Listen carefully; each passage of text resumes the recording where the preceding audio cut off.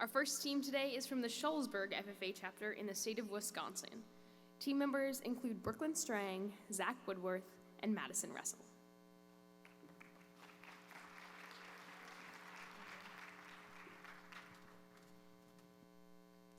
Good morning. My name is Madison Russell, and on behalf of Mineshaft Marketing, I welcome you to today's marketing presentation. Created for you, the owners of Ila Rose Floral of Shullsburg, Wisconsin. Members of today's marketing team include Zach Woodworth, Brooklyn Strang, and myself, Madison Russell. The plan we've developed for you today is based off the specific goal you've provided for us. Develop a direct-to-consumer monthly floral arrangement program for the tri-state area. Ila Rose is a new startup floral shop established in Shullsburg, Wisconsin. Ila Rose is owned and operated by Sandy Russell. Sandy has operated Kingsley Crossing, a unique craft and gift store in Shullsburg, for a number of years. This past year, the neighboring property came up for sale, and Sandy purchased the building to start Ila Rose. Although Ila Rose will be a full-service florist, you have asked us to focus solely on your new concept of a monthly floral arrangement program and holiday subscription service. In 2017, according to the Society of American Florists, the total sales in all retail outlets in floral was $35.2 billion, up from $33.2 billion in 2016. There are about 13,000 retail floral shops in the U.S., with average annual sales of around $322,000 a year. The industry has experienced considerable consolidation since the economic recession in 2008. The shops that have stayed in business have kept costs in line and developed new marketing strategies to stay in the industry. The most popular occasions for flowers include Valentine's Day, Easter, Administrative Professionals Week, Mother's Day, fall holidays, and Christmas. In 2019, Valentine's Day sales were extremely strong, with an increase over 2018. The average purchase was around $75, which was up from $73 in 2018. Mother's Day and Christmas sales were robust, with 60% of all floral shops reporting increases in 2018. There is actually limited competition in the monthly direct floral arrangement program in the tri-state area. We have identified one local competitor and multiple national competitors to Ila Rose. Divisions Cut Flowers, CSA, of Darlington, Wisconsin, is the only local competitor we were able to identify. Divisions has a strong history of raising cut flowers, and its owner has been an active local florist for the past 10 years. They market their flowers to area residents via the CSA concept through their website, as they do not have a physical storefront. Divisions only produces arrangements June through September, and they do not deliver their arrangements. Divisions does control its own production, which provides a key reward regarding marketing locally grown flowers, but also provides a great risk in potential universal damage to a crop. The next group of competitors we'll be looking at are 3 national companies: 1-800-Flowers, the Bogues Company, and Pro Flowers. These businesses have established national brands and strong internet presence. However, only one of the 3 companies, the Bogues Company, highlights their subscription services. Additionally, they have no customization on their products. A SWOT analysis was conducted in order to help us better identify the needs of a marketing plan for Ila Rose's subscription floral arrangement service. Strengths include experience in retail sales and marketing through the owner's other business endeavors, and also there's limited local floral competition.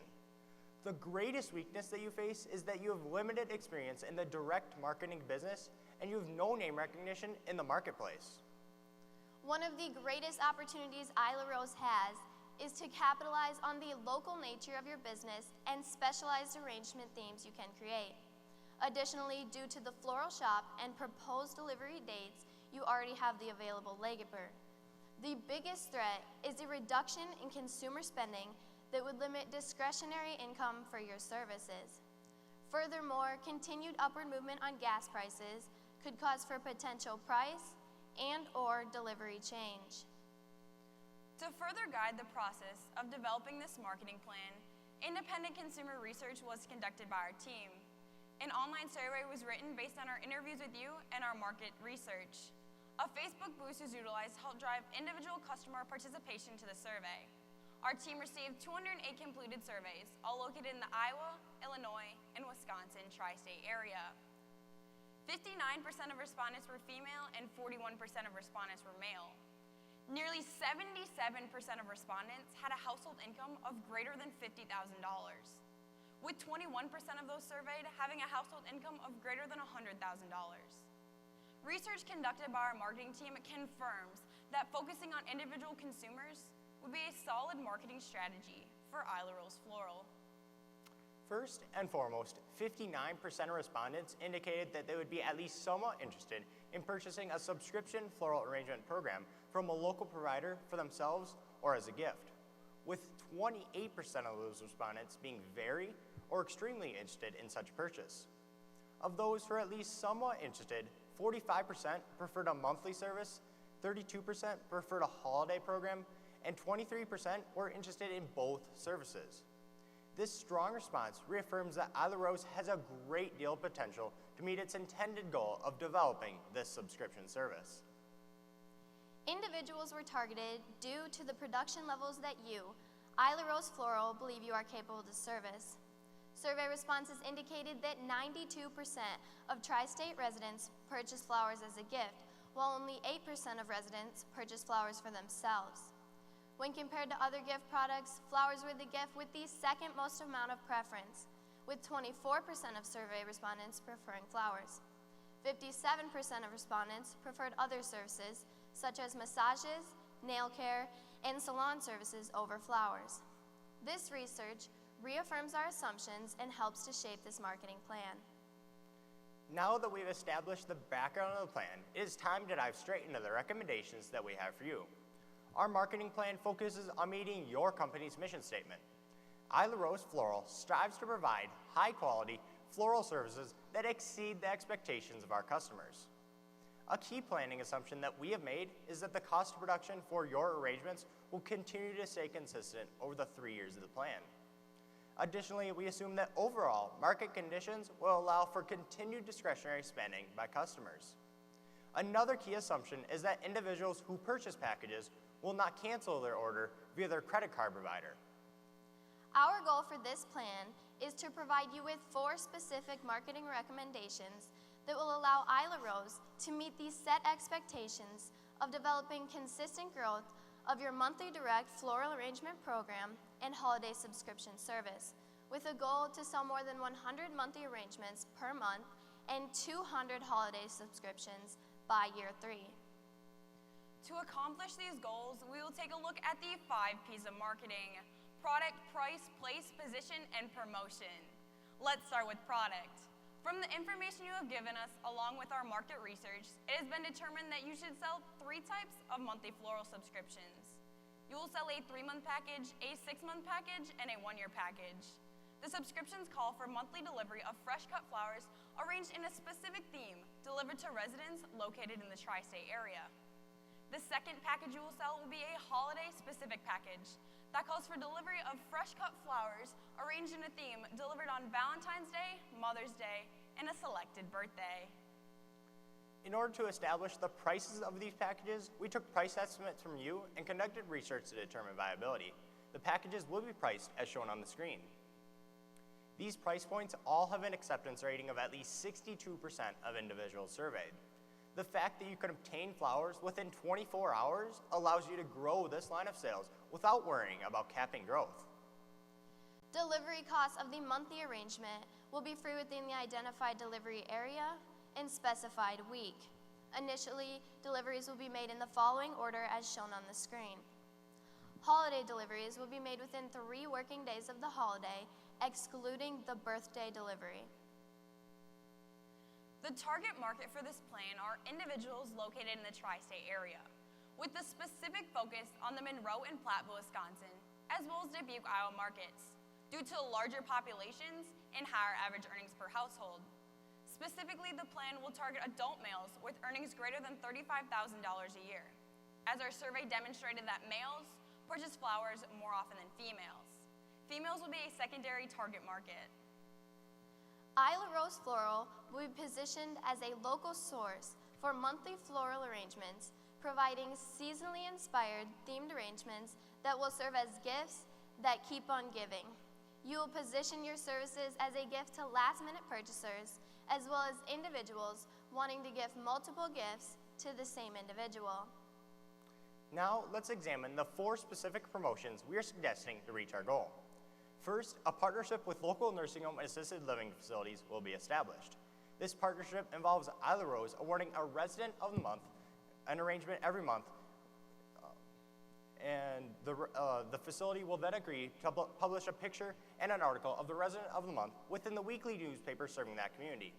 Information about Ila Rose's subscription services and other services offered will be provided to all new residents and their families upon moving into the facility. Currently, we have 6 facilities who agreed to participate in this plan, and we anticipate that number growing to 10 by year 3. A localized holiday-specific radio campaign will target prior to Christmas, Valentine's Day, and Mother's Day. This plan will utilize saturation advertising in the 7 to 10 working days leading up to the holiday in order to help generate gift subscriptions for those holidays. The plan calls for utilizing 2 radio stations in year 1 and expanding up to 4 in year 3 if growth targets are being met. The average cost for these saturation spots are $12.50 per spot. And each of the stations utilized covers the entire tri-state listening area, accounting for just over 200,000 residents. The next recommendation is one of the easiest yet most important suggestions. As Ila Rose is a new startup, you need to take great care in creating a website that highlights your subscription services. We are suggesting establishing a website with details about these subscription packages and creating an online store so residents of the target market can order directly through the website. The final suggestion is to target key decision makers through a targeted social media campaign. Facebook advertising will be done throughout the year, but will have a large focus during our holiday seasons of Christmas, Valentine's Day, and Mother's Day. The campaign will have a budget for approximately 9,000 clicks the first year and expand to 14,250 clicks by year 3. We are also suggesting that Ila Rose create short videos for Instagram, showing time-lapse videos of the monthly arrangement being created to help generate interest. Finally, we suggest that Ila Rose give away 1 extra month to 1 current member who shares a photo of their subscription via social media using the hashtag Ila Rose Floral. Now it is time to talk budget. It is estimated that these marketing promotions will cost between $10,000 and $13,500 per year in out-of-pocket and opportunity costs. A $1,550 fee for website creation is allocated in year 1, along with a yearly maintenance fee. Yearly fees of up to $2,150 are set aside for the Facebook advertising campaign. It is estimated that the sponsorship of the Resident of the Month program will cost approximately $1,100 in year 1 and increase to just under $1,800 by year 3. Costs for the social media giveaways are provided in the budget. These marketing expenses will allow Floral subscription sales to generate 27% return on investment in year 1, 56% in year 2, and 69% in the 3rd year. If goals are reached, it is anticipated that this plan will generate just under $10,000 in net profit before taxes in year 1 and increase to just under $38,000 by year 3. Benchmarks should be monitored on a monthly basis to establish how marketing efforts are working and if adjustments need to be made to increase sales for the year. These sales should be monitored and recorded annually to track consumer patterns. A simple email survey will be established to determine satisfaction with the monthly arrangements.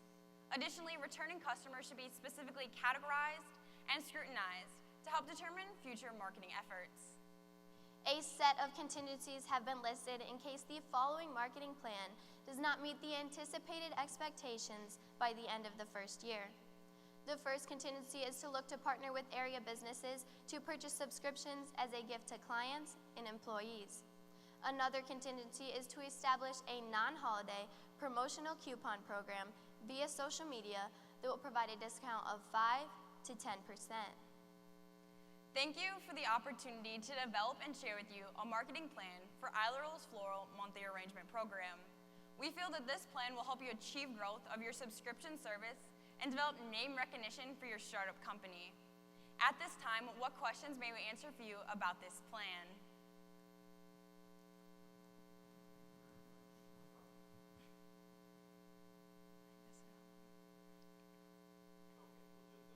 Okay. Yep. Thank you. Nice presentation. We have 3 questions, of course, we'd like to ask up front. Brooklyn? Brooklyn, you chose number 16. Number 16 is, how is the retail price determined? Our retail prices determined is we took price estimates from you and we did research to conduct the viability of those prices. And how we got those prices is we took the industry average prices and we did the industry average markup, which is just over 300%. Okay, thank you. It's back on now. Madison? You chose 21. Explain what primary research is. Primary research is research that is conducted by us or the business. So for example, our primary research is a survey that we sent out on Facebook where we asked customers, would they be interested in this subscription service and other questions along those lines. Very good, thank you. And Zach, last but not least, right? Zach, number 7, what is the difference between a focus group and a survey? Focus group is a small group of people that you talk to individually in person, whereas and you ask them similar questions to what you would ask them in a survey, but a survey is sent out to a broad group of people, either by phone, by email, online, or just on paper, and they get asked a broad set of questions and is usually sent out to a much wider range of people and more people. Thank you. So you mentioned that based on your survey results, your target market was going to be males with incomes of more than $35,000. Can you please explain to me how some of your marketing strategies, particularly the residents of the month, your radio campaigns, your social media campaigns, I didn't get any sense of how any of that was targeted toward your presumed target market. So to start off with the radio campaign, we did that actually to target the male listeners. We chose 2 stations that have higher male listening rates. So one is a sports station and one is a country station out of Dubuque. They have about a 70-30 male listening rate, and actually the sports is higher than that. It's about 80-20. And so we got the demographics. That's straight from the radio stations. They gave us those, and that's the male listenership. The Facebook, we're looking at, they're actually pretty even males and females on Facebook. There's a few more females, but we're hoping to hit the older demographics of our males in that. Additionally, we're hitting the secondary target market of females telling their husbands about it. And then the resident of the month, that one could be, we're trying to cross-market really in that resident of the month with other aspects of our business, but also that their like grandsons or their husbands or that type of thing will buy them for the people in the home. Thank you. As I looked at the marketing plan, it appears to me that you're focused on new customer acquisition, and I'm curious whether you did any data analyzing my current customers in my gift and craft store and how this business is going to interact with that.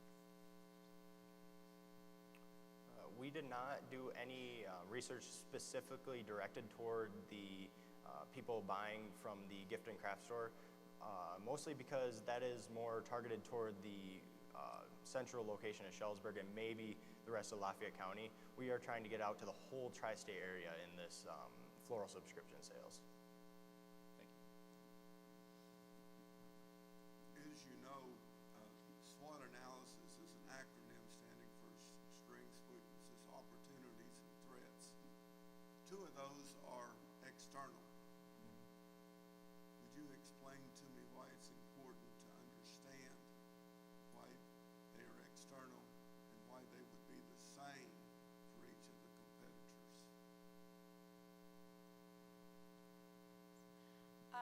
two external forces are threats and opportunities.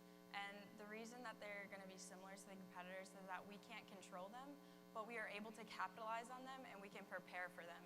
So being able to identify those, they could help in our plan so that we're not surprised when those happen, but we could also capitalize on the opportunities that we have. And to add to what she said, those two are just, they're based on how the floral industry is going right now, the opportunities and threats.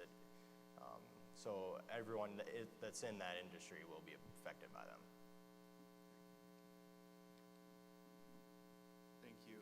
As you're aware, the subscription service product, it's a new product for us. Through your research, could you help us better understand what is making this product compelling to our targeted customers? And how do our marketing strategies address that?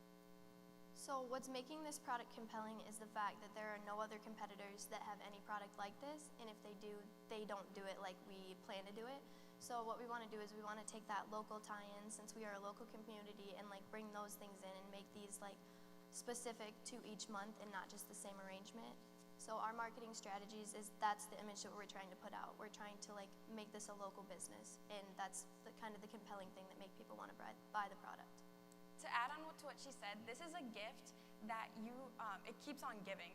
You buy it for one of your family members or a significant other, and you get either months or you get them for different holidays, and you don't have to, you forget about it. You know, you don't have to worry about getting them a Christmas present, or you don't have to worry about getting them an anniversary gift. It just is able to send them, and they're able to keep enjoying this. Based on your market research, you talked a lot about males and females. You talked relative to your surveys about really finding that they were in income levels of 50,000 or greater and continuing down that route. Why are you led to believe that adult males earning 35,000 are the right target for a subscription service? Within our research in our survey, we found that males that were making over $35,000 a year were more interested in our products and said they were more willing to buy them if they because they had the extra discretionary income. I'm a little concerned about the pricing. You mentioned that the average arrangement nowadays is $79.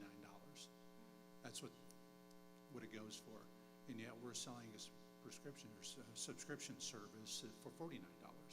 Are we leaving money on the table? And for $49, how many do I get? 3, 1 a month?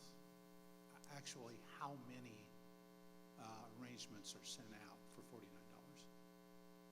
The $49 is the 3-month package. 3-month and then we give a package. discount for the longer duration contracts because we want them to get the 6 and 12-month package. Okay, I understand it's for 3 months, but how many do you send out during 3 months? It is actually $49 per month, so you are actually paying $150 total, and we will get 1 per month. That's a little bit different then, isn't it? Yes. So how many arrangements get sent out? 1 a month? It's 1 a month, yes. It's 1 a month for $49. And yet the average price of an arrangement, if it were one-off, is about $80. Yeah. So are we leaving money on the table? Our prices are actually pretty similar to the national companies that we were looking at, except for our arrangements do come in a vase. They just sent out a bouquet wrapped in plastic, so we're just trying to appeal more to the customers, and we're maybe later down the line if you wanted to increase the prices, but we're trying to appeal to the customers right now, get a large customer base, and then maybe raise the prices later down the line. Thank you. So you were pretty specific about the types of people that you are going to target your subscription service to. Did you do any research on how many people are in, what's the total population that meet those specifications of being male, income of 35,000 or more in your target area? What's our potential? We don't have the specific, the number that that make the amount of money, but we found in our survey 59% of respondents said that they would be interested in buying this service. And so then that would be something that we could add on and see how much or how many people make that amount of money in the survey. Do you know where you would go to find that information? Thank you. Thank you. Thank you.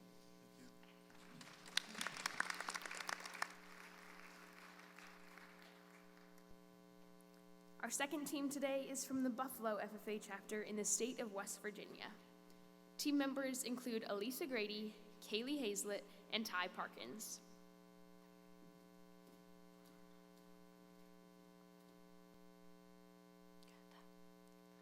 My wife went to Walmart again for steaks when we have 50 head of cattle on the feedlot. Look at this steak. Is this even meat? We have better quality animals here on the farm. I bet we could even sell it. According to the USDA, beef production is anticipated to rise in 2019 due to an increased slaughter and heavier carcass weights. I wish we had a clean location to have them processed. I just bought this animal at the Putnam County Fair, but I'm an attorney. What am I supposed to do with a pig?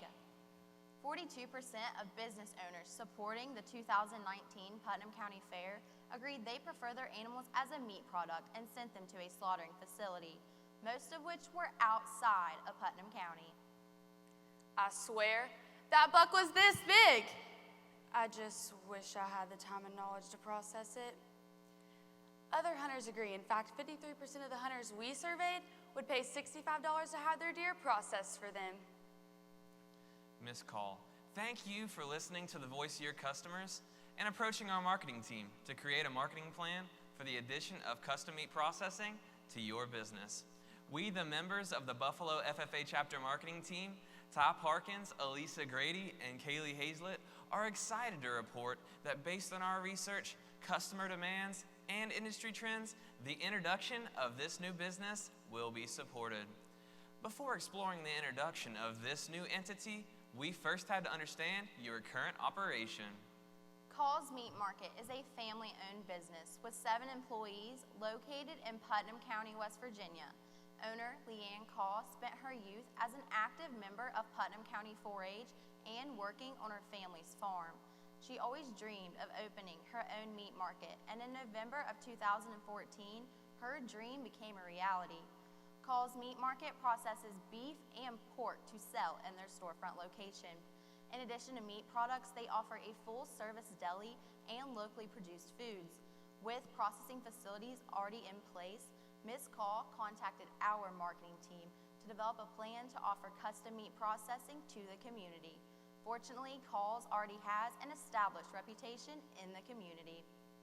Call's has established their current status in the market through the marketing strategies including social media promotion, local television commercials, and infomercials.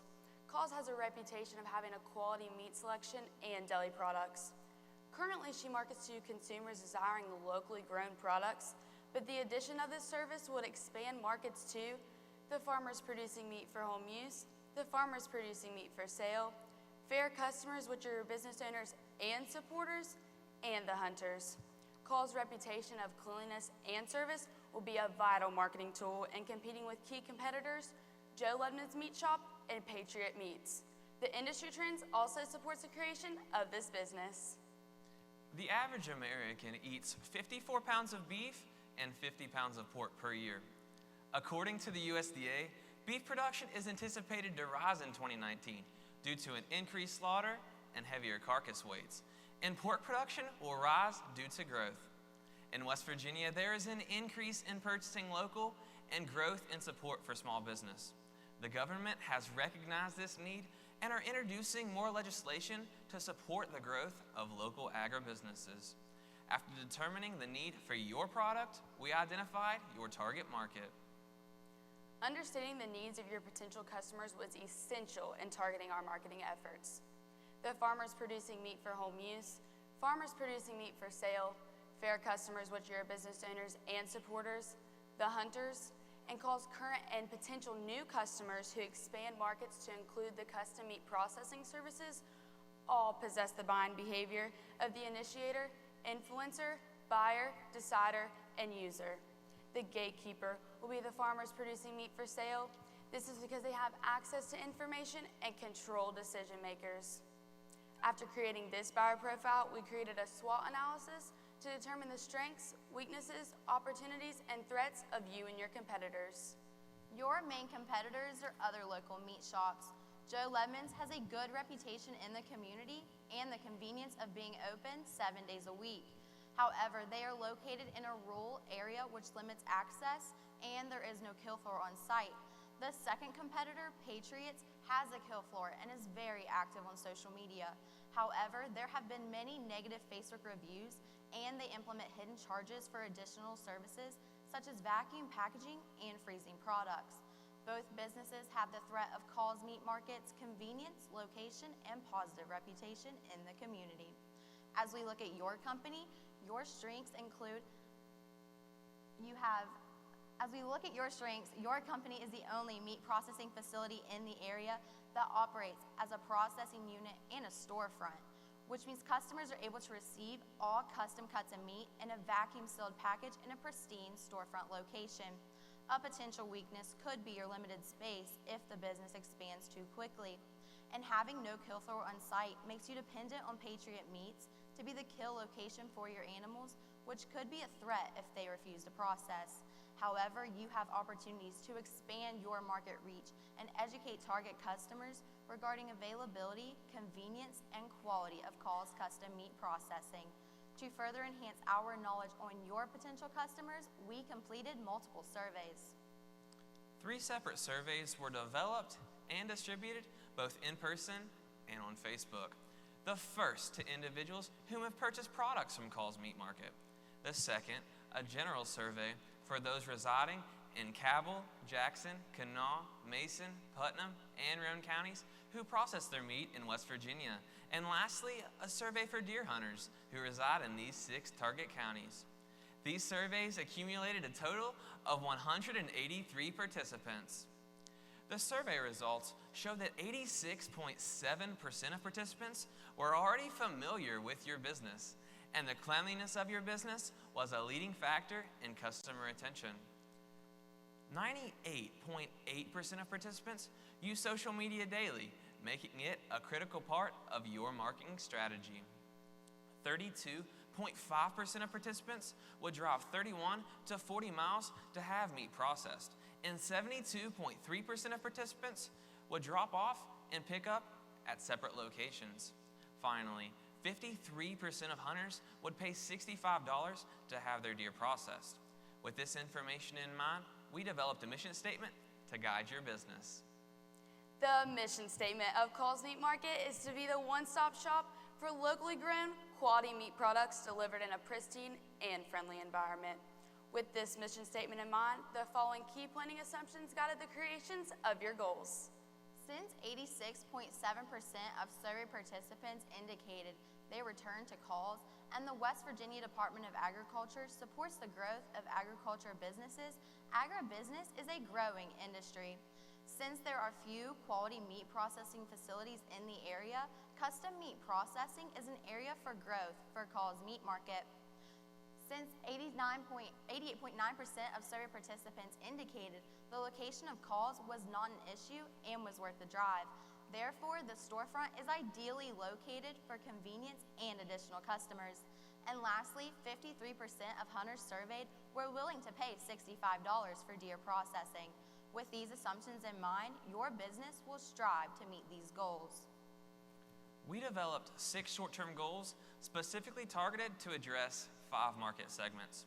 Your first goal is to update your website to include pricing and benefits of choosing Call's within 6 weeks of the plan being accepted. You will implement marketing strategies, which will be discussed later in the plan, to gain customers to process 50 beef and 30 hogs. Your employees will attend 6 community events and meetings to provide information and promote custom processing. You will be a supporter of the 2020 Putnam and Cabell County Fair Media Dinners and supply championship awards to fair winners in surrounding counties. You will streamline the process and gain 100 deer to process by 2020, and you will attend the Fall Feeder Sale in Jackson County to deliver free sandwich and drink coupons to buyers. Your long-term goals will be to survey participants about willingness to utilize an online ordering system by year 2. Our team will work with you to increase meat processing by 25% in year 2 and 50% in year 3. These goals were targeted at the following customer segments. Your target market will be the farmers producing meat for home use, farmers producing meat for sale, fair customers, which are your business owners and supporters, and the hunters. These customers will be drawn to your business through your superior product and service. Call's Meat Market offers custom meat processing for beef and pork. There are 3 unique aspects which separate you from your competitors. All meat products are packaged in vacuum-sealed packaging, which guarantees freshness for customers. Additionally, all customers are scheduled to speak personally with the butcher to ensure they are provided the custom cuts of meat of their choice. Not only does this create a relationship between your clientele, but also provides an educational experience as well. Lastly, all customers are able to pick up their product in a clean, appealing storefront. With your product and service in mind, your business, we utilize the research results, the theory of price elasticity, and competitor pricing to develop your pricing structure. Beef will price for 48 cents per pound with the additional add-ons of patties for $1.99 per pound. Deer will cost $65 if skinned and $75 if unskinned. There are no additional charges for that. Pork will cost 53 cents per pound with the additional charges of seasoning for $8 per pig or smoking for $2 per pound. There are no additional charges for freezing or vacuum packaging, unlike our key competitors. Call's Meat Market is located in Hurricane, West Virginia. Since Call's is only 2.7 miles from the 2 nearest interstates, there is an advantage for your business. This location offers a storefront that is modern, clean, and pleasant. This provides the advantage of distancing, both physically and emotionally, the killing process from the planning and pickup location. With your location and service in mind, your business will be positioned as a local business offering high-quality meat processing that is cost-effective and provided in a pristine facility. We tailored our market position to focus on the needs of the identified market segments. These market segments will be targeted using an aggressive marketing strategy. The cost of this promotional marketing strategies are as follows.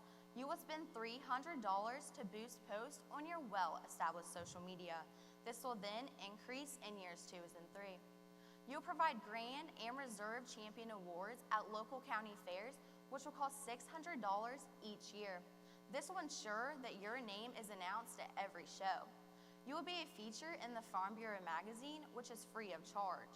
You will provide meat at local fair media dinners, which will only cost $1,500 each year. You will attend local agricultural meetings, which will only cost you $375 in travel expenses. The Customer Feedback and Retention Program will cost you $625 in year 1 and increase in years 2 and 3. Meet the Butcher Day will cost $100 in year 1 and increase in years 2 and 3 due to an expected attendance growth. A booth at the West Virginia Hunting and Fishing Show will cost you $375 each year. You will provide buyer custom clipboards and pins at the Putnam County Fair, which will cost $1,944 in year 1 and decrease in years 2 and 3. And lastly, you will provide flyers and coupons to producers at the Jackson County Livestock Market, which will cost $1,000 each year. With the implementation of this marketing strategy, your business will make over $15,000 in year 1. Your total revenue for the custom meat processing of beef, pork, and deer will be $29,030. This number will increase to $36,497 in year 2 and $54,950 in year 3. Your expenses include advertising costs, which reflect the marketing strategies utilized each year. Labor and material costs will increase annually to reflect an increase in animals processed. Since the meat processing portion of your business represents 10% of your total business, you will pay 10% for the utilities and rent in year 1. This number will increase to 13.2% in year 2 and 18.5% in year 3. You will pay for accounting services annually to monitor the financial aspects of your business. Fortunately, you will be profitable in year 1 with a return on investment of 107%, 128% in year 2, and 183% in year 3. To reach this level of profitability, you'll need to monitor the benchmarks of your goals. Although the benchmarks for your goals are outlined in detail in your plan, we would like to highlight the few you'll need to approach early. Attending the local county fair board meetings will be essential in ensuring the media dinner sponsorship. A Meet the Butcher Day will be scheduled to provide an educational one-on-one experience with you, your producers, and your customers. A questionnaire will be created to be implemented prior to the custom meat processing services for our customer feedback and retention program. A questionnaire will be created for the implementation of an online ordering system, and the custom meat processing will be monitored to ensure a growth increase by 25% in year 2 and 50% in year 3. Specific tools that will be utilized to measure goals will include customer satisfaction calls, utilizing the customer retention program. We will monitor your social media activity to determine what strategies are working or require adjustment. Quarterly calls will be held with Ms. Call to evaluate the success of the plan and modify strategies if necessary. If strategies are determined to be unsuccessful, we recommend the following alternative strategies. We will revise the marketing strategy as necessary based on marketing segments identified, not at goal. We will monitor the space constraints of your business and may consider an expansion if necessary. It may also be necessary to discuss the constraints of no-kill floor available. If the market does not support the custom meat processing, our team will refocus its efforts toward the already thriving storefront meat and luncheon sales for expansion. Our team feels confident with this plan, your business will thrive. At this time, we welcome the opportunity to answer any questions you might have. Okay, let's start with the easy ones. Okay. Alyssa, there you are. Number 20, what is the difference between media reach and media frequency? Media reach is how many individuals are going to see your post online, while media frequency is the number of times these individuals will see your post. Thank you. Kaylee? Number 6, what does place mean in marketing? Place is your location. So with your location, Call's Meat Market is placed in Hurricane, West Virginia, so that is 2.7 miles from your closest interstate. And with this, your position can be very important with your place as well, because with your customers perceiving your product and you already have a thriving storefront, this will be very important to your place. Thank you. And Ty, number 8, give 3 examples of marketing expenses. 3 examples of marketing expenses would be cost of labor, cost of printing expenses or any papers that you might have, and billboards. Thank you. Thank you. You've given us a number of different marketing strategies that we have, and I'm curious, based on your research, could you identify 2 or 3 of these marketing strategies that are going to have the highest return on investment? Yes, we can. We actually have a poster that will be able to explain this as well. And we believe that one of the most important marketing strategies that we have is definitely the customer retention program, because that's going to be our way that we can retain our customers once we get them. And it is just a survey, and we have an example. Kaylee can present that to you. It is a survey. Once the customers receive their product, they will receive a phone call from a representative at Call's Meat Market, and it's a short survey. So once they answer it, they will then receive a coupon in the mail. So then they are going to be able to not only hopefully return to Call's with their processing needs, but also come into our storefront where we can hopefully do some point of sale marketing, and then they will be able to purchase products in our storefront as well. But to also answer your question, I believe that something that's really important is the attending local agricultural things such as the fair or meetings. That's going to be very important, because we are going to gain customers, which is our farmer segments, which are 2, and then the hunter segments, we will gain them by going to the hunting and fishing show, because there are thousands of West Virginia hunters that attend that event. And so those are 2 very important segments, plus the retention program that I feel is very important as well. To add to what Elisa had to say, Call's Meat Market's marketing plan is a differentiated market segmentation, and because of that, we have 4 different subject areas or target markets. And we believe that the most important thing we can do is attend an event where we can have all 4 of those, or 5 in this situation, which is call's current clientele, all of those fulfilled. And since we can do that in 2 or 3 of our areas, we think that those situations, such as attending local fair media dinners and the customer retention program, like she said, are the most important things, because we want to touch all of our customers in one situation. My question is regarding the SWOT analysis.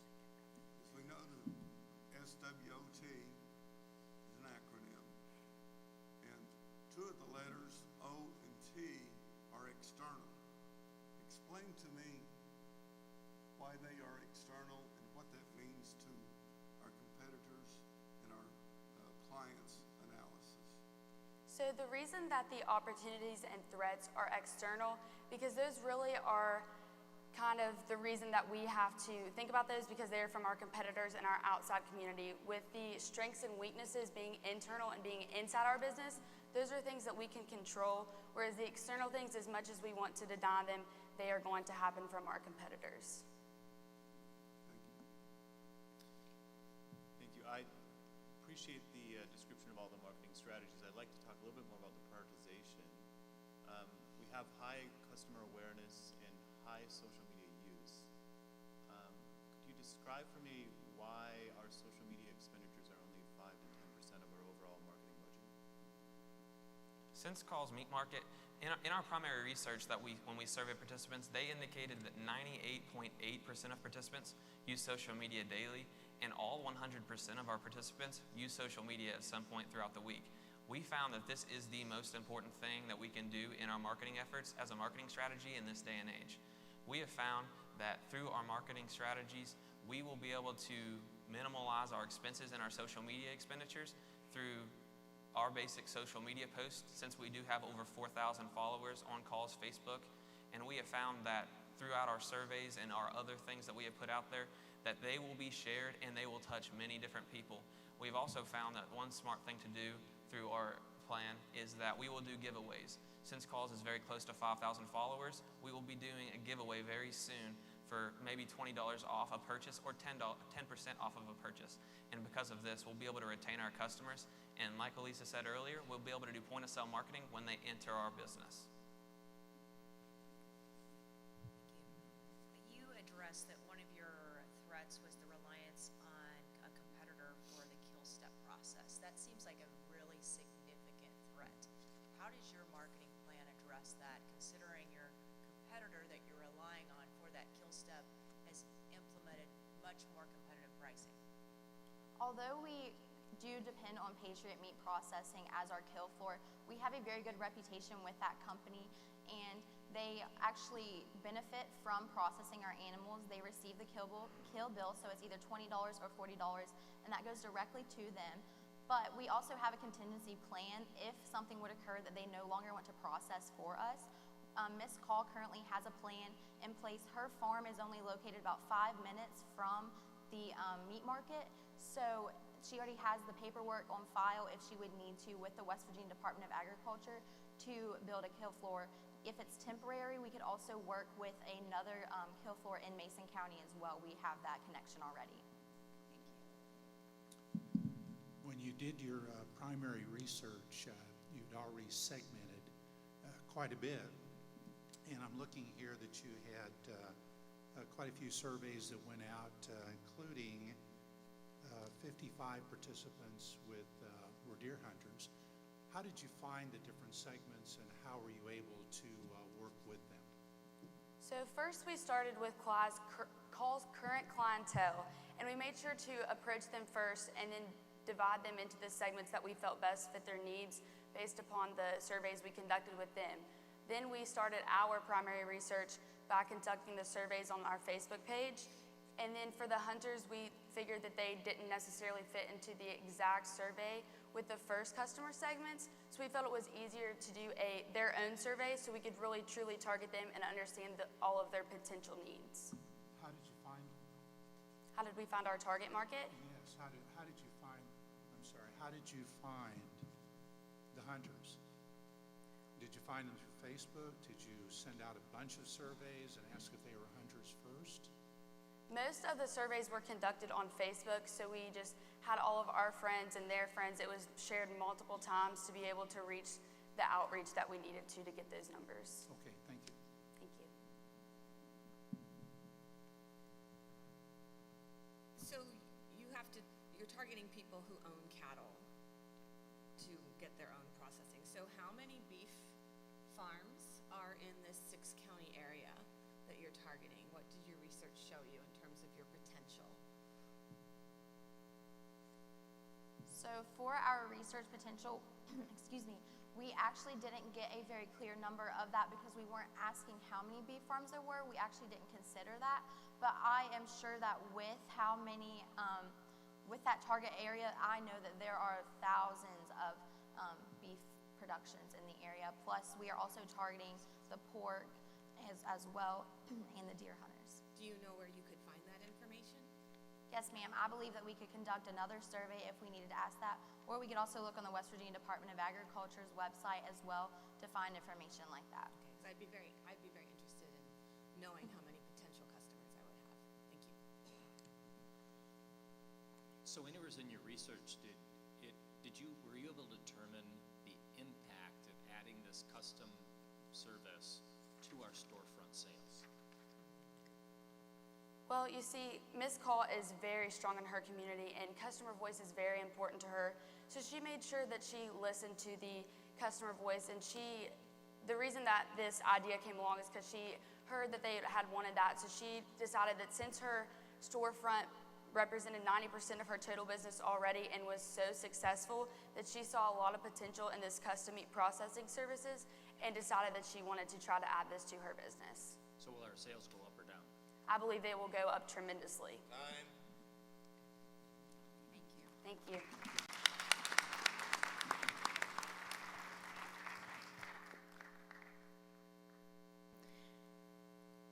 Our third team today is from the La Crosse FFA chapter in the state of Washington. Team members include Jasmine Watson, Genevieve McGregor, and Alan Harder. Good morning.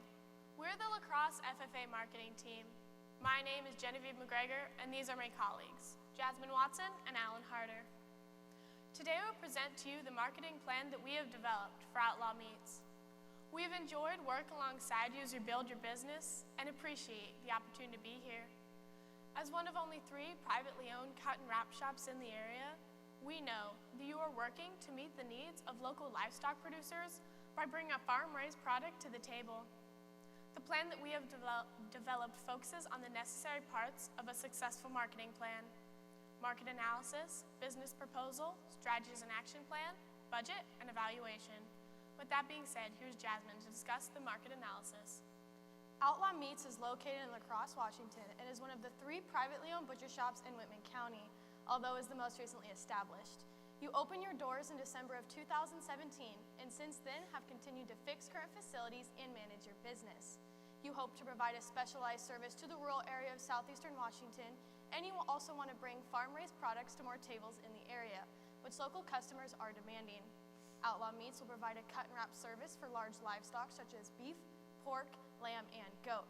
Being a fairly new business, current marketing efforts have been minimal. Current trends show immediate opportunity for Outlaw Meats in the meat processing industry. Local quality is extremely important, and according to recent studies, consumers tend to prefer locally packaged and processed meat. In fact, many people consider location and quality a top priority when looking for a new butcher shop. Consumers want meat that has been raised locally and has traveled the smallest possible distance from gate to plate. Locally, 53.9% of people prefer on-the-farm slaughter with provided transportation from slaughter site to butcher shop. On a national level, there has been shown a demand for smaller packaging sizes, newer packaging materials, and a focus on environmental issues. However, some of the issues that are restraining the market growth in the meatpacking industry are issues such as recyclability and sustainability, which pairs with hygienic packaging and a rising concern regarding health.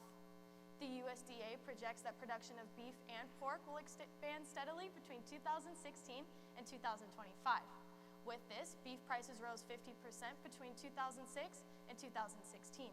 Competing meats like chicken and pork increased in price too, but not as obviously. Although there was a cattle shortage in 2014, the beef industry has continued to expand. In 2016, beef production was up 5% and pork was up 2%. In 2018, beef production was up 13% from the previous year. However, this year pork exports were expected to decline. The USDA projects record red meat consumption to be at an all-time high. A buyer survey was conducted to determine who currently uses cut and wrap shops within the area. Our research showed that 56.8% are livestock producers for personal consumption. 29.9% found price to be the most important factor when choosing a butcher shop. 67.9% produce cattle, and 81% prefer to communicate with the butcher over the phone. As of now, your biggest competition is a more developed and established business that is in a larger location. Since Colfax Meat Packing Plant has been in operation for a substantial amount of time and is in a larger town than La Crosse, they're your main source of competition. We have developed a SWOT analysis for them. Their strengths are, they cut and wrap wild game, they're a larger, more established business, and it is ran by the most experienced processor in southeastern Washington. Looking at their weaknesses, they have no display case, they do not deliver, and they can be difficult to contact. Their opportunities consist of, they could do on-the-farm kills, they could install a retail counter, and they could deliver the finished product. There are threats to Colfax Meat's business as well. These include, there are lower pricing from competitors, and there are newer nearby butcher shops. Looking at your business, your strengths are, you're locally based in a ranching community, you have roots in the area, and Outlaw Meats is your sole business, which allows you to stay up to date on current industry trends. But your business has room for improvement. You're a new business, your location is more isolated, and you have less business experience. There are opportunities that your business could maximize upon. You could open a display case, you could deliver the finished product, and you're an authorized Ellen Boss feed distributor. Looking at the threats of your business, there are larger, more established businesses, and there are potential decrease for county population. Now here is Alan to discuss our primary research. To develop a better understanding of the cut and wrap industry and its current business environment, as well as collect useful data, a survey was distributed to local clients of cut and wrap shops as a tool to gain understanding of the market. Surveys were conducted online and distributed at the Palouse Empire Fair Junior Livestock Sale. We received 109 surveys back. Results showed 29.9% consider price to be the most important factor when selecting a processing facility. 32.9% are between the ages of 20 and 29. 47.4% have 1 to 2 head processed annually. 53.9% prefer to have their animals slaughtered on farm with butcher providing transportation. 54.5% prefer to have their meat wrapped in white butcher paper. 56.8% are livestock producers processing animals for personal consumption. 60.8% are female. 67.9% have beef processed. 75.7% live within 50 miles of La Crosse, and 81% prefer to communicate with their butcher shop over the phone. Looking at the information above, we believe that Outlaw Meats has a chance to provide a substantial customer base in the meat processing industry, as customers are looking for a local quality butcher shop. I'll now hand the floor to Jasmine. We have developed a mission statement to show the aims and purpose of your business and convey that purpose to customers and potential employees. The statement we have developed is, Outlaw Meats is a specialty cut and wrap business that strives to bring revenue back into the small town of La Crosse while bringing a local, farm-raised, quality product that is cut and wrapped to the table to satisfy their customers. When developing this marketing plan, the following statistics were utilized as key planning assumptions. These were important to develop the action plan as well as the budget. 42% of marketers report that Facebook is critical to their business. A survey conducted of individuals responsible for meat purchasing in the food distribution system found that 69% believe that there will be an increased demand for local meat over the next 3 years. Over the past 25 years, beef production is held relatively steady. When setting goals for Outlaw Meats, we chose to have them achieved at the 1, 2, and 3-year mark. We thought that you could make good progress towards the completion of your long-term objectives. For short-term goals, we suggest you increase the amount of head being butchered annually to Year 1, 275 head of beef, 165 head of hogs. Year 2, 300 head of beef, 180 head of hogs. In Year 3, 330 head of beef, and 200 head of hogs. In addition, we believe that you could increase the amount of goat head being butchered by 2 head and lamb being butchered by 5 head. In the remainder years 2 and 3, we believe that you could increase the head being butchered by 5 head each for every year of your marketing plan. Another short-term goal is to increase the net profit annually to Year 1, $4,000. Year 2, $25,000. And Year 3, $50,000. Our final short-term goal is to bring in an additional 20 customers each year of the marketing plan. By accomplishing these short-term goals, we think that you could make good progress towards the completion of your long-term goal by 2025, generating $100,000, allowing you to hire another employee other than yourself. When putting together this marketing plan, we analyzed our survey results to determine who your target market is. Those should be targeted include livestock producers for personal consumption who process 1 to 2 head of cattle annually and who live within 50 miles of La Crosse. The secondary target market is 4-H and FFA livestock supporters who purchase junior livestock sale animals annually. The target market is developed to reach out and bring in an additional customers and income annually. I will now hand the floor to Genevieve. You are a butcher shop that is new to Whitman County. You provide a specialty service of custom cutting and wrapping a variety of livestock, including beef, pork, lamb, and goats, to meet the customer's satisfaction. In addition, you are an Ellen Boss feed distributor, which could provide us a potential market for the future. As the cut and wrap business is in high demand in your area, we suggest you offer pricing that is competitive with other local cut and wrap facilities. For the slaughter fee, we suggest a price of $85, and for the cut and wrap fee, we suggest a price of 70 cents per pound. Although for lamb and goats, we do suggest a total price of $100 for both the slaughter and cut and wrap fee. In addition, we suggest pricing cured ham and bacon at $1 per pound. Currently, you are located in a small facility in the town of La Crosse, Washington.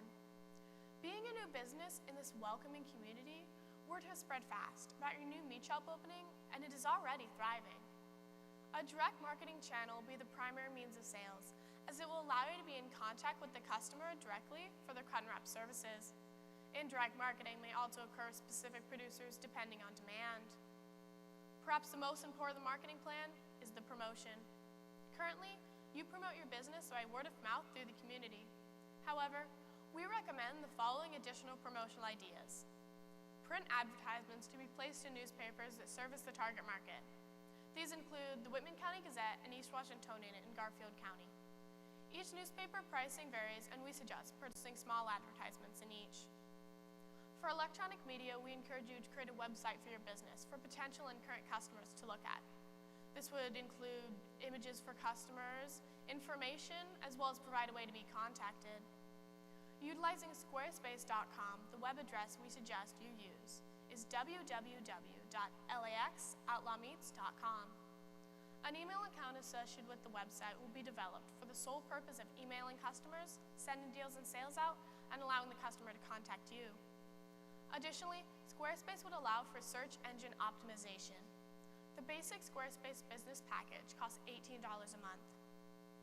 For social media, we encourage you to create both a Facebook and Twitter account, where you could connect with customers and post pictures of your business. These would cost nothing, as they are free online services. Additionally, we suggest that you create an advertisement on Facebook. This would cost you approximately 28 cents for each click. We recommend that you budget for 50 clicks a month in year 1, and for the next 2 years, budget for 10 additional clicks.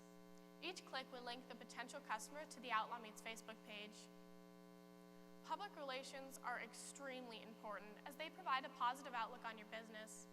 We suggest that you sponsor the annual Junior Livestock Show and Meats Competition that is held in Spokane, Washington.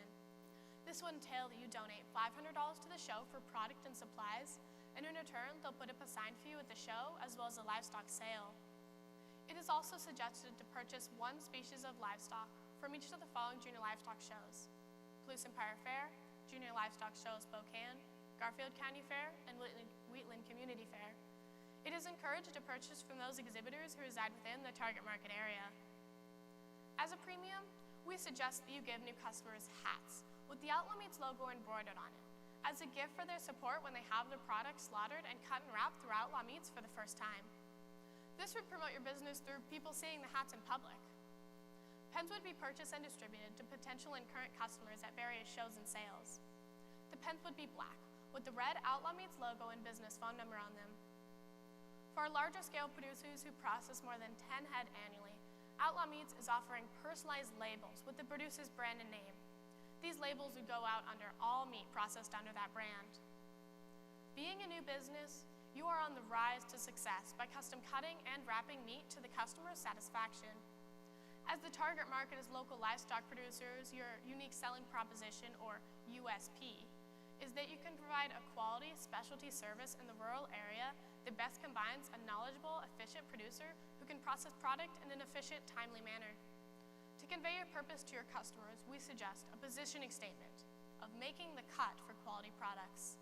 I'll now hand the floor to Alan to discuss the budget. Thank you, Genevieve. The budget we have developed for Outlaw Meats can be found in our written plan on page 6. Please follow along as I touch on a few key points. Revenue, following the implementation of this marketing plan, will be $21,190 in year 1, $42,680 in year 2, and $69,230 in year 3. Expenses are broken down into production expenses due to transportation, additional labor, additional input costs, and promotion. We also included for you a miscellaneous fund in case any unexpected costs may arise throughout the year. This leaves you with expenses of $16,761 in year 1, $13,488 in year 2, and $14,810 in year 3. Therefore, leaving you with a net profit before taxes of $4,429 in year 1, $29,192 in year 2, and $54,420 in year 3. One thing that is important to note is your return on investment.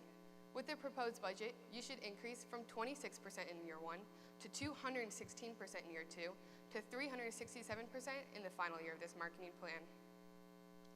In order to determine if the marketing plan is successful and if we have met our marketing goals, we will evaluate specific areas of the business. For the first short-term goal, we will monitor the annual head being butchered to determine the amount of animals processed annually.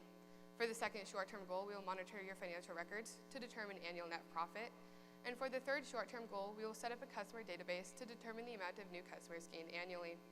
For your long-term goal, we will monitor your financial records. If this goal is met, we suggest you hire an employee in order to meet the long-term goal set of this marketing plan.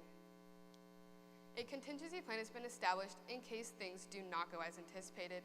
We suggest you make changes in price in order to compete with other area shops, adjust butchering practices to meet more customers' demand, and add a retail store in the shop for specialty meats to draw in a new market. However, hopefully the marketing plan is successful and we can look towards the future and further action that can be taken, such as adding a display case for retail sales, expanding cooler capacity through the purchase of an additional cooler, and delivering the finished product. Daniel, we believe this marketing plan fits the needs of Outlaw Meats and look forward to implementing the plan in the near future. Thank you for your time. Are there any questions? Thank you very much. We do have some questions down here. Alan, you picked number 40. Name 2 career opportunities in marketing. 2 career opportunities would be advertising and public relations. Okay, Jasmine.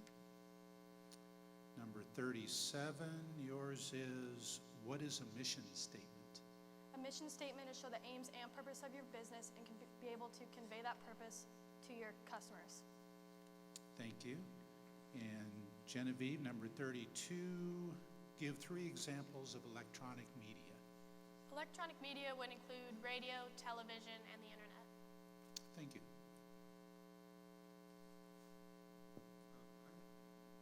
I have a question for you regarding the SWOT analysis. As you know, SWOT stands for strengths, weaknesses, opportunities, and threats. 2 of them are internal, and 2 of them are external. Which 2 are external, and what does that mean to your business? Evaluating the SWOT analysis, those 2 that are the external would be your opportunities and your threats. That means that that is not something that you can directly control. For example, you cannot directly control your county population decreasing, whereas you might be able to control other variables. So thank you.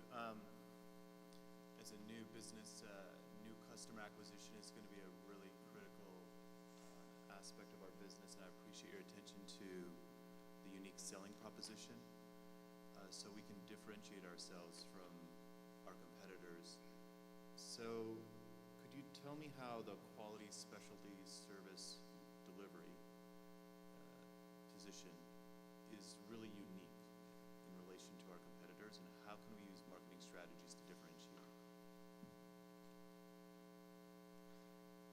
repeat your final question, please? So our unique selling proposition to differentiate ourselves from the other labs in the area, how can we really make sure that the quality custom service is positioning ourselves as being differentiated from our competitors, and how can you use some of the strategies to differentiate? I think being in a specialized butcher area, we have a large target market. You are very known in your town, your market. You were raised there. You've worked in a butcher shop close by. And the unique selling proposition was, it's a little bit of a pun, making the cut for quality products. It shows that we care. It shows that, we will work towards quality products, and we're making the cut for quality products. To add on to what Genevieve had to say, your unique selling proposition, we could be set apart from our competitors. For instance, none of our competitors in our area deliver their finished product, or so if you're delivering your finished product and of that is quality and is very nice on visible eye, it could be also distinguish us. So you referenced to that in a couple different ways. You talked about on average folks will produce, you would produce 1 to 2 head of cattle each year per one of your customers. You talked about having a special incentive or giveaway for those that bring in 10 head annually per year. Just wondering, how large is this market? Number of farms, number of cattle and hogs, kind of from a trend perspective. Can you repeat that again? If you Sure. can. Thank you. You specifically said in your plan that folks were bringing 1 to 2 head per year annually. You also said there was incentives talking about those that bring in 10 head per year annually, but on average it's more like 1 to 2, it sounds like. How large is really this market right now, and what's the trend that's showing you, or looking at previous trends where it's happening relative to specifically your market within 50 miles? Number of farms, number of cattle, number of hogs? Well, looking at the industry trends, we are in a very isolated traditional community where there is significant amount of beef production being processed from consumers and producers. So the industry for, you mentioned pork, is not as big in our area, so we decided to capitalize on being able, so you guys could really utilize your producers of your beef and cattle in the area. Although we're not as, a very big establishment, there are significant amount of numbers of producers, around 40 to 50. 40 to 50 producers of beef Of cattle. beef cattle, correct. And you're saying they're on average bringing in 1 to 2 to be processed per year. That's 100 cattle per year. Yet you're sharing in your numbers, it's going to be 275 head in 2020. So to add on to her, we're starting with that you have 1 to 2 head being processed, but we're projecting in the future that those farms and ranches are going to grow to become 10 head plus. So we're seeing them bringing in more animals being processed. What leads you to believe that? Because the industry is growing. In our area, ranches there are less, but they are growing personally, like each one is growing. Under place, you mentioned that a direct marketing channel will be the primary means of sales, and then an indirect marketing channel may also be used. Explain to me the difference. So a direct marketing channel would just be the retailer to the customer straight. You would sell to a customer. Indirect marketing would be more of a middleman situation where you would sell to another producer who would then sell their product. I have a question about our promotional strategies and the budget. In the first year, 2020, the biggest line item in the budget is premium hats. We're only you've got $4,800 allocated to that. If we're only going to establish 20 new customers, that's just for the hats alone, $240 cost per new customer. Can you explain that to me? Why is my biggest marketing cost in hats? That's because in the first year, you are going to be distributing those hats to all of your customers. And then in year 2 and 3, it will be those 20 additional. So in year 1, the expenses will be immensely bigger than year 2 and 3. And how is giving a hat to my existing customers going to bring in new customers? Through people seeing, if you give your hats to your already existing customers, we see them obviously wearing it in public, and that is advertising and showing your company that they use it. So by distributing those hats to everyone, it has a larger reach. Thank you. Your research indicated that 29% of your buyers found price to be most important. I'm wondering, what are the important factors for the other 70% of the buyers, and how might that impact our marketing? Although we don't have those exact statistics for you right now, we could do further research and be able to present that to you at a later date. I was looking at your pricing under your strategies and action plan, and you have outlaw meats with a particular dollar per head for the slaughter and certain dollars per pound for your different cuts, and then comparing it to the area competitors, and it looks like your prices are just somewhere in the middle. How did you arrive at that, and why did you see that as a good, sound marketing strategy in order to increase promotional business? Just starting out in the market, we really did want you to be at an average price. We did not want you to be too low, because obviously you would not be able to stay afloat if you had the extreme low prices. If you had the extreme high, you could not make a profit. No one would buy from you. Our customers are, lower people. They don't really have a lot of money to pay for their butcher. They just wouldn't come to a really high-paying butcher. So we really thought that having it in the middle would give you a nice average platform to start on. To add on to that, being part of, there's only 3 butcher shops in Whitman County. That makes your market penetration roughly 33.34%. So therefore, we can't really be competitive you can't really be competitive as prices. It's more marketingly beneficial if you kind of run middleman, being able to bring in more customers and then being able to stabilize your business. And maybe in the future you could raise those prices if you chose to do so. So I see in your attention to evaluating the plan itself, you have tracking of the sales and as well as our accomplishments towards new customer targets. What are some techniques we could do to evaluate the effectiveness of the marketing plan itself and the marketing strategy? A strategy for that would be to, at the end of the marketing plan, to resend out surveys to those customers and get their input back. Time. Thank you.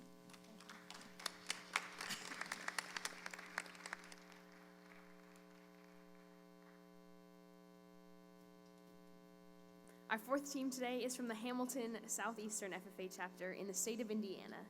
Team members include Megan Bixler, Gracie Fisher, and Kate Schreck.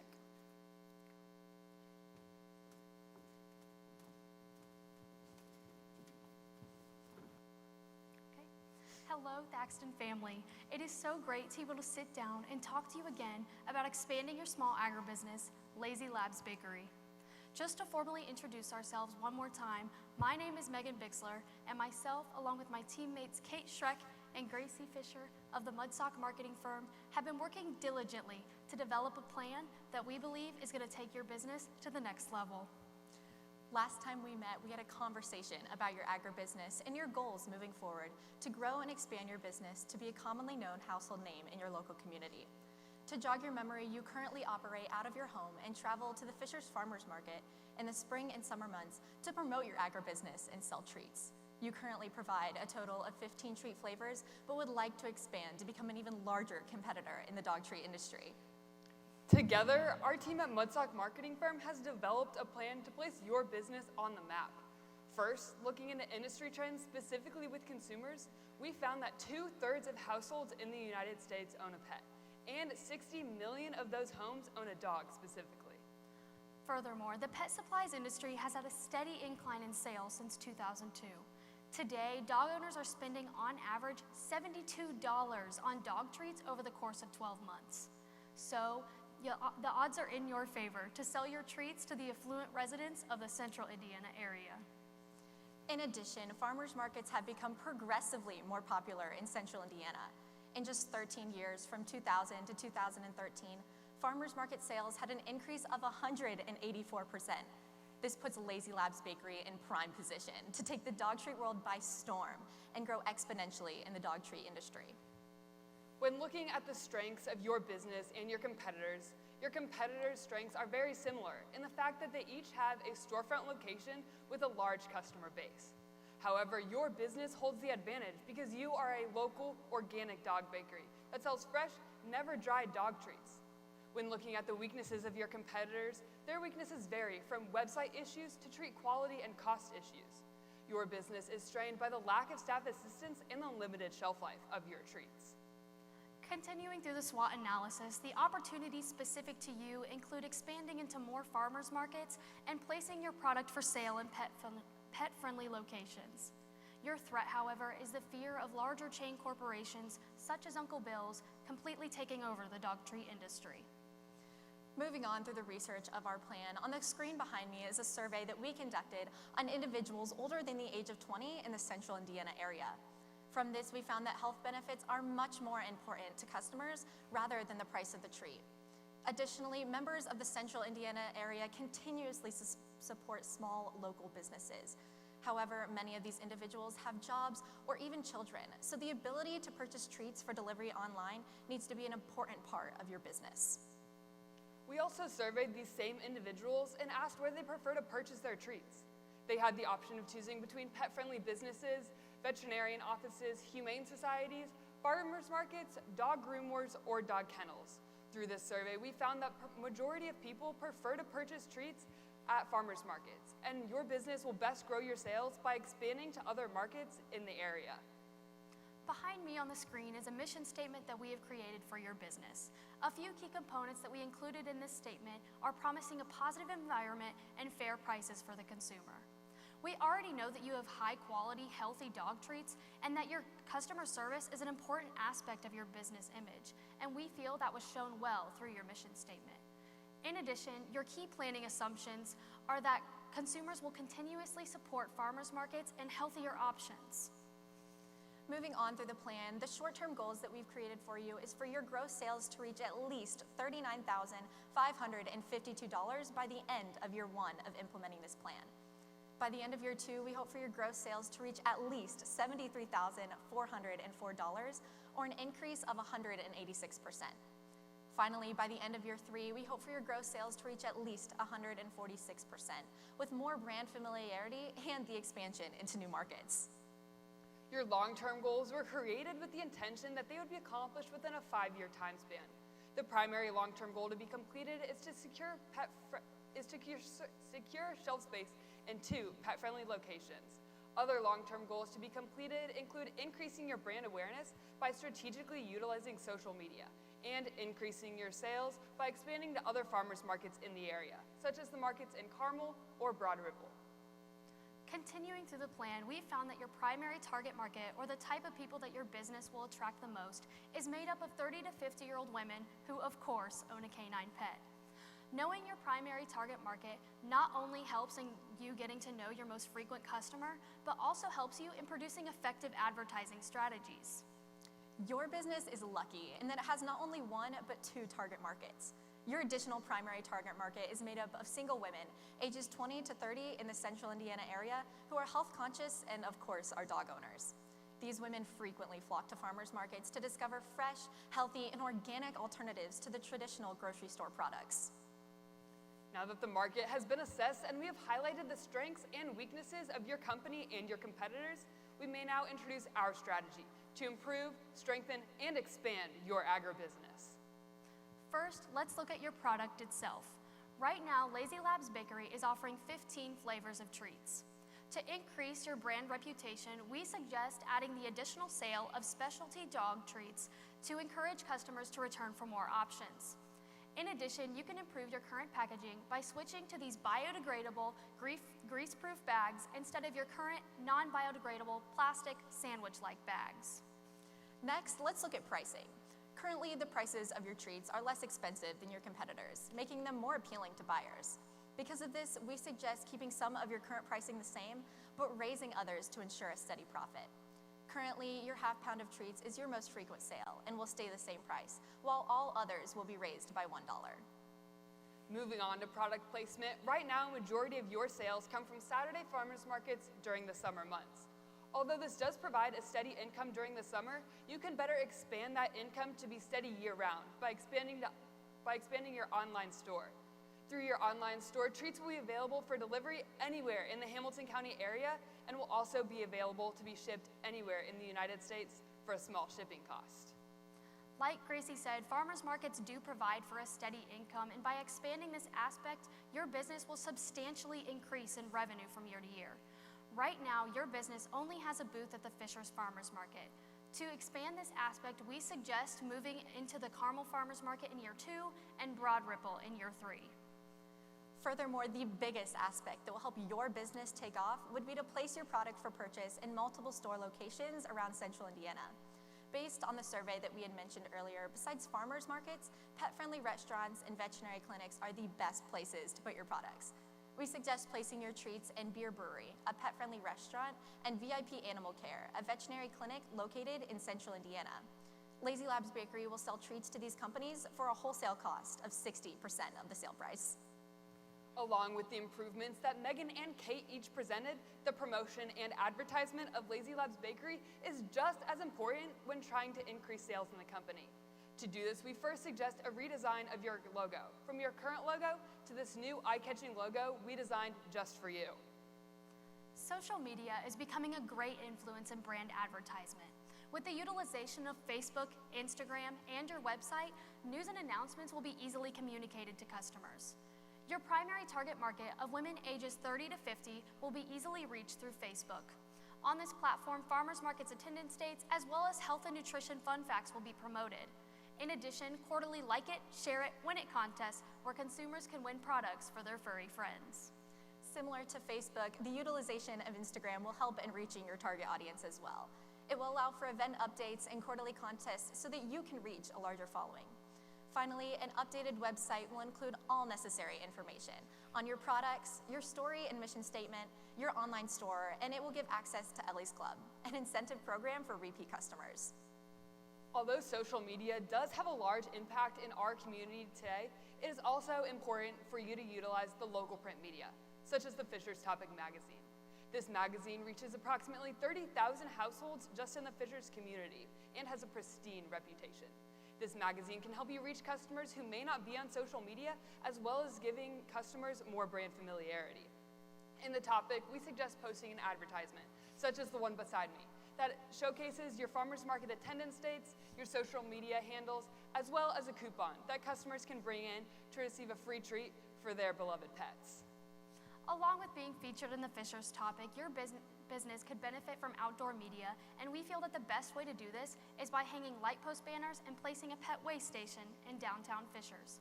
When the Fishers residents see your banners hanging from the light posts or your logo on the pet waste station and its bags, they will become more familiar with the brand, thus prompting some purchases in the future.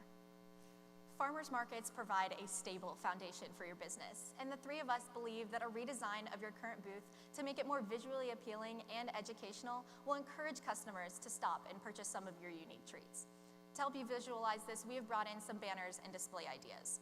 A banner featuring your social media outlets, as well as an infographic educating the public on the differences between organically and commercially produced treats will give your business an edge at the farmers market. We also propose having a small turf grass area with some water for pets to relax on at the farmers market. We have also created some email list signups and business cards such as these for you to keep at the booth. Moving on to the finances of your company, shown behind me on a screen is a budget we created for years 1, 2, and 3. This budget includes all the total marketing and operating expenses that your business will undergo during the 3 years of implementing this plan. Employees will be added each year to help with the production and delivery of your treats, and the farmers market redesign costs are expensive but necessary in the improvement of your agribusiness. Behind me on the screen is the income statement for all 3 years. As you can see, these costs that Gracie just mentioned are expected to pay off. Placing your product in beer brewery and VIP animal care, as well as expanding into more farmers markets, greatly increases your revenue from year to year. In order to ensure that progress is being made in your agribusiness, we have created some benchmarks that Lazy Labs Bakery can utilize. We feel that these benchmarks will help you reach a larger following, specifically through Instagram posts. We hope for your interactions to grow from 50 to 325. Interactions can be of any kind, likes, comments, views, etc. We also feel that tree variety is a crucial way in keeping a steady customer flow. We hope for your business to reach 20 permanent and 14 seasonal tree options from your starting amount of 15 permanent and 0 seasonal tree options. Along with these benchmarks, there are other measurable tools that can be used to track the success of your company, these being Facebook Reach and Square Payments tool. Facebook Reach can be used to determine what types of posts your business should be making to appeal to the public, while Square Payments is used to keep an accurate record of all financial transactions that your business undergoes. With the utilization of these tools, your business will be more apt to compete with the competitors of the dog treat industry. The Mudsock marketing firm is excited to present you with the best possible marketing plan in hopes that it will transform the success of your business. To recap our strategy for you, in year 1, we are going to redesign your brand and the Fisher's Farmers Market booth, place your product for sale in beer brewery and VIP animal care, establish the pet weigh station, and hire 2 employees. In year 2, you're going to expand into the Carmel Farmers Market and hire 1 additional employee. And finally, in year 3, you will grow into the Broad Ripple Farmers Market, hang the light post banners in downtown Fishers, and again, hire 1 more employee. After implementing this plan, we are confident that you will be the leading dog treat producer in the central Indiana area and will soon be the talk of the town. We thank you for allowing us to work with you these past few months. And at this time, if you have any questions, we would be more than happy to answer them.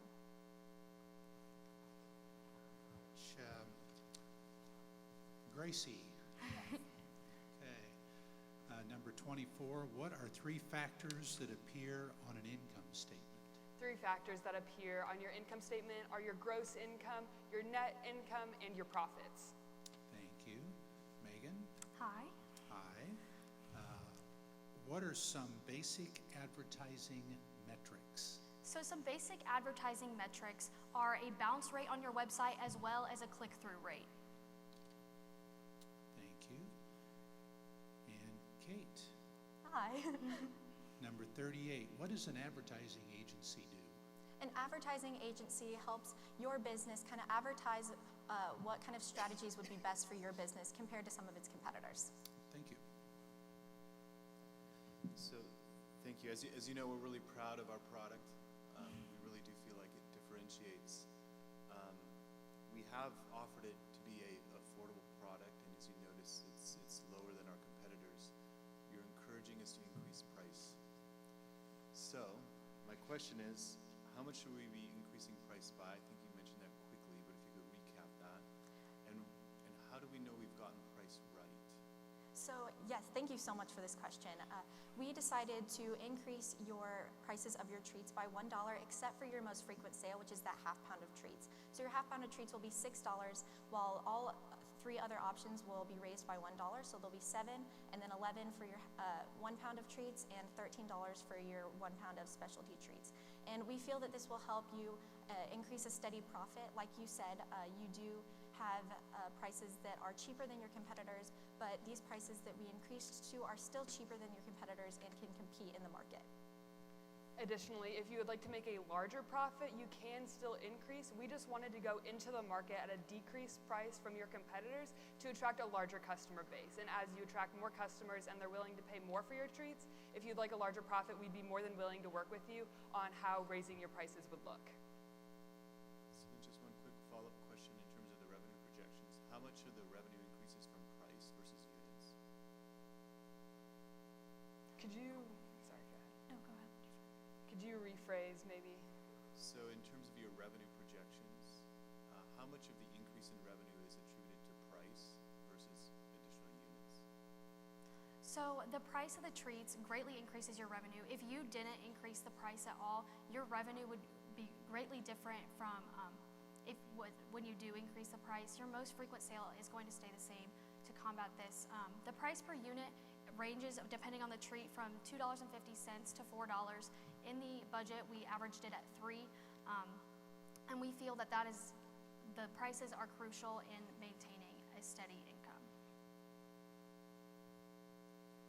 Thank you. You talk about that unlike competitors' products, Lazy Labs Bakery encourages healthy dog treats that contain all natural, fresh ingredients and are produced locally. That's your differentiator, correct? No, nothing about price. So I'm going to build off of price as well. Are you familiar with the concept of value-based pricing, and can you tell me more about it?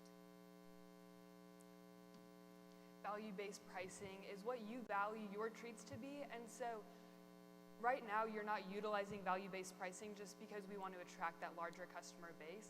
So yes, your treats are valued at being more expensive than $6 for half pound, but since you're new to the market, we want to keep you lower and not quite at your value-based price. Why? To attract that larger customer base, like I said before, because your business has only been around for a couple years. And so since considered new or local and organically based treats are a new concept, and as health is a rising concern, you haven't attracted as large of a customer base as you would like to yet. What's the risk with starting low, too low? There is a risk with starting too low, such as the economy could change and the increase in the price of the ingredients could affect your income, because you're not going to change the price of the treats based on the economy. So if the price of the treats increases, you're not going to change your price, and therefore you have a smaller margin, and it will affect.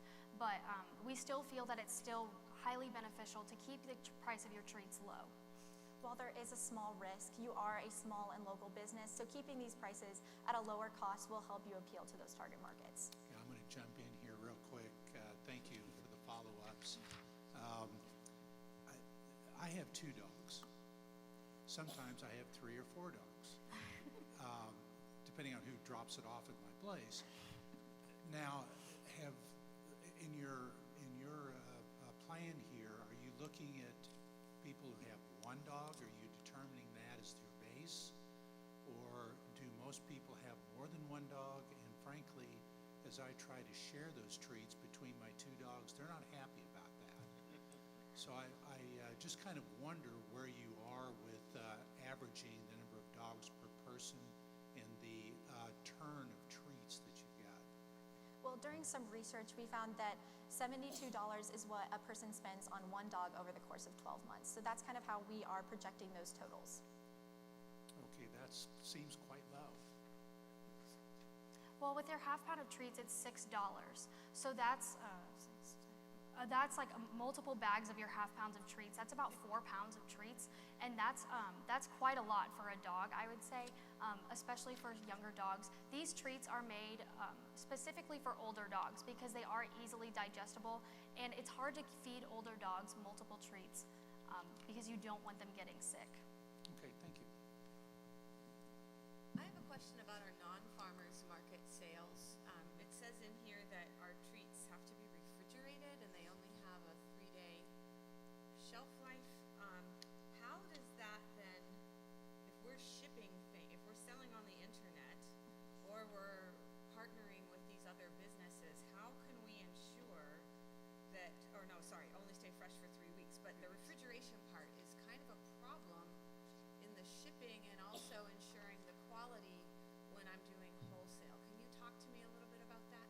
Of course. So your wholesale retailers that we have selected for you already have some empty space in some of their refrigerators. VIP Animal Care does have some medications, and there's a space by that but not contaminated that you can place your treats in that customers will be able to see frequently, along with your brewery. In shipping, we have ensured that our shipping can be as fast as we can, and your treats will be wrapped in some cloth, I suppose, that will ensure that they stay cold, and we'll ship them frozen so that by the time they defrost, they'll reach the customer. So my question follows up on that. Question, how long would 1 pound of dog treats That kind of depends on how often you give your dog treats. For example, I probably give my dog a treat once a week, probably. There are about 8 treats in your half-pound bag and 16 in your 1-pound bag. So it just kind of depends on the person, but that's how long it's going to last. So therein was my question about if they only last 3 weeks, what the appropriate level is. And I'm curious if you've done any research about designing some reoccurring sales that would be automatic.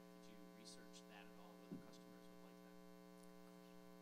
We did not look into reoccurring sales, but that we do have an incentive program for repeat customers that come back through Ellie's Club. So if you refer a friend or you're reoccurring, you do get dollars off of your treats, even some free treats every once in a while, depending on your level of purchase. Additionally, you are at the farmer's market every single Saturday, so customers know that they can always rely on you being at the farmer's market to come find you if they would like to purchase some more treats when they run out. I have a question in regard to the logo change. The company already has a logo, and you suggested a logo for something that's taken orally, and the logo shows the back end of the dog. So we chose this logo redesign. Thank you for this question. We chose this logo redesign because it has bright colors, so you'll be able to see it from far away. And the iconic dog butts it's different than anything else we've ever seen. So when a customer sees this, they'll definitely recognize your business. And one of the big factors that we chose in your redesign is your current logo just has a picture of a dog. It doesn't say your company name on it. And so this new company logo will say your name so that if a customer does not recognize your logo or your business, they will be able to see the name and be able to research you online.